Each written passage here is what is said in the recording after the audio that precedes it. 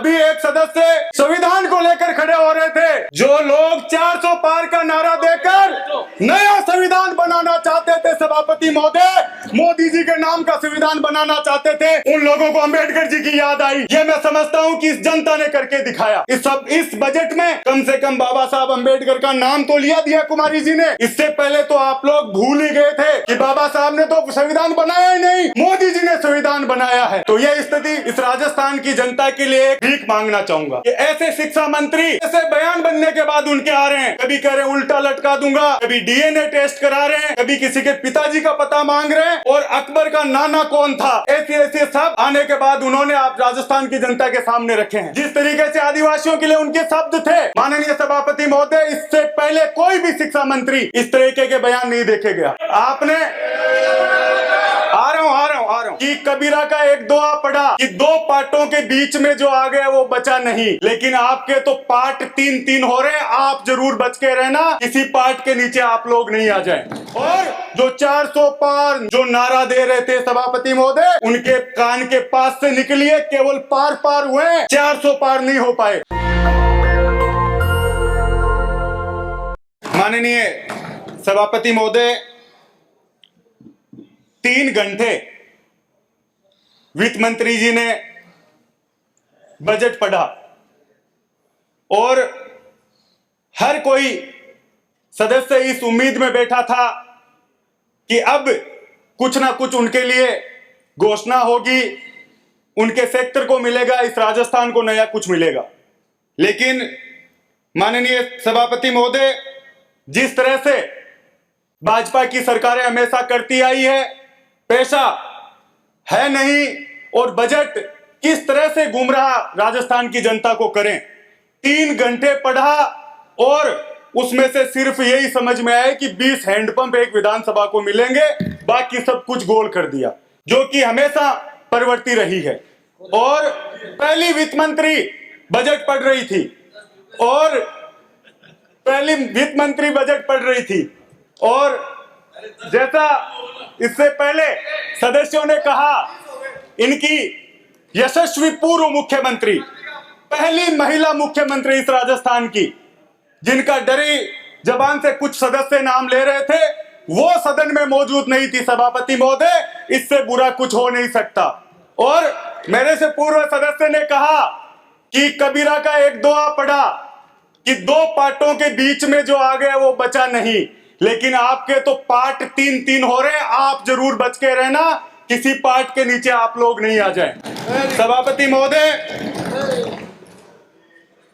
इस बजट में सिर्फ मोदी जी और भजनलाल जी, इन 2 शब्दों के अलावा मुझे लगता है कि कुछ भी इस राजस्थान की जनता के लिए नहीं था।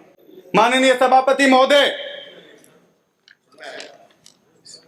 शिक्षा को लेकर बजट जो हमेशा से इस राजस्थान के लिए एक अच्छी मिसाल पेश हुआ, उस बजट में शिक्षा का नाम ही हटा दिया गया, उसको युवा विकास एवं कल्याण के साथ शामिल कर दिया गया। 1 लाख नौकरियों की घोषणा आप लोगों ने की और उसमें से कोई वर्गीकरण इस राजस्थान की जनता के सामने इस सदन में आपने नहीं रखा। आपने ये नहीं बताया कि इन 1 लाख नौकरियों में आप संविदा पे देंगे, नरेगा में लगाएंगे, शिक्षा विभाग में लगाएंगे, चिकित्सा में लगाएंगे।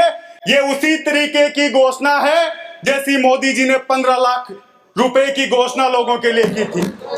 तो ये इस तरीके की एक जो चाल चरित्र भारतीय जनता पार्टी का रहा है कि गुमराह जनता को कर दो, 1 लाख नौकरियां देंगे, उसका वर्गीकरण भी तो बताते, किस विभाग में देंगे, अब देंगे, कब देंगे।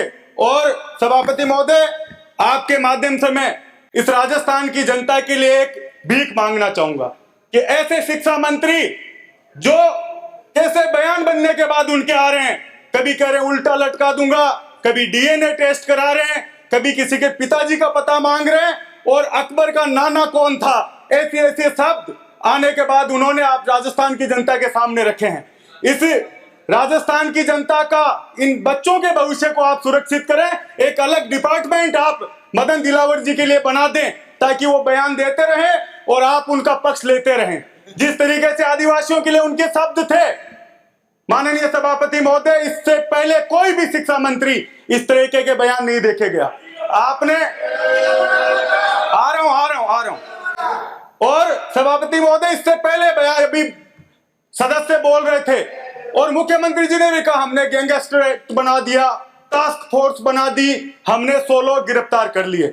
सभापति महोदय, मछलियां पकड़ी अब तक, हम ये कह रहे हैं कि हम भी शामिल है तो गिरफ्तार करो। सिर्फ नारे और भाषणों से जिस वजह से आप लोग सत्ता में आए हो, जो पेपर लीक के मामले में आप लोग मुद्दा बनाकर सत्ता में आए हो, आपने प्रदीप पाराशर को पकड़ा है, लेकिन उसको नौकरी पे उस जगह ड्यूटी पे देने वाला कौन था?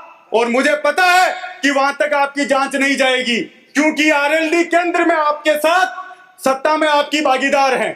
तो सभापति महोदय, न्याय जो वादे आप लोग करके आए हो, जो लोग नारे आप लोग देकर आए हो, उन पर भारतीय जनता पार्टी काम करे। सभापति महोदय, इस बजट को वित्त मंत्री जी और मुख्यमंत्री जी खड़े होकर राजस्थान की जनता से माफी मांगकर शुरू करते तो मैं समझता हूं कि वो न्याय इस जनता के साथ करते। 50 साल में पहली बार सभापति महोदय, जो बिजली की स्थिति रही, 20-20 घंटे गांव में कटौती और 4 घंटे भी जो बिजली आ रही थी उसमें वोल्टेज नहीं थे। तो जिस तरीके की व्यवस्था आपने दी, बिजली में आप पूर्णतः फेल। किसी सरकार के खिलाफ आंदोलन बनने में 1-2 साल लगते हैं, पहले महीने में लोग आपके खिलाफ आ गए। पानी बिजली को लेकर जो स्थिति आप लोगों की रही, वो राजस्थान की जनता ने आपको लोकसभा में उसका उत्तर दिया।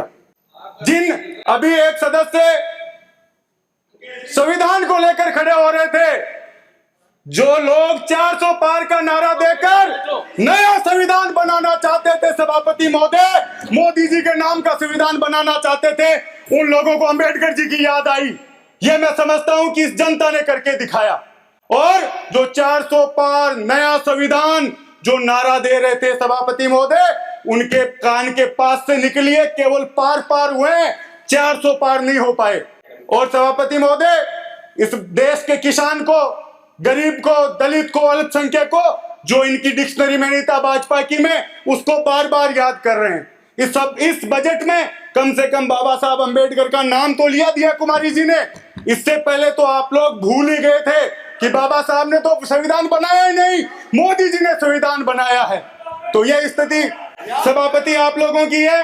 जेजेएम जो योजना है, प्रधानमंत्री जी हर घर नल। पूरा हो गया आपका समय नहीं हुआ सभापति महोदय, 2 मिनट बच रहे, मैं लगा के पढ़ रहा हूँ आगे। पूरा हो गया मेरा 2 मिनट बच रहे हैं, 7 मिनट 5 ही मिनट हुए। सभापति महोदय, जो नल हर घर नल की जो योजना आप लेकर, श्री उदयलाल डांगी। नेशनल दस्तक की आपसे गुजारिश है कि अगर इसको बचाना चाहते हैं तो नेशनल दस्तक को सब्सक्राइब करने के लिए रेड कलर के सब्सक्राइब बटन को दबाएं, फिर बेल आइकन की घंटी दबाएं। नेशनल दस्तक को बचाने के लिए बहुत जरूरी है कि हर खबर को शेयर करें, लाइक करें, कमेंट जरूर करें।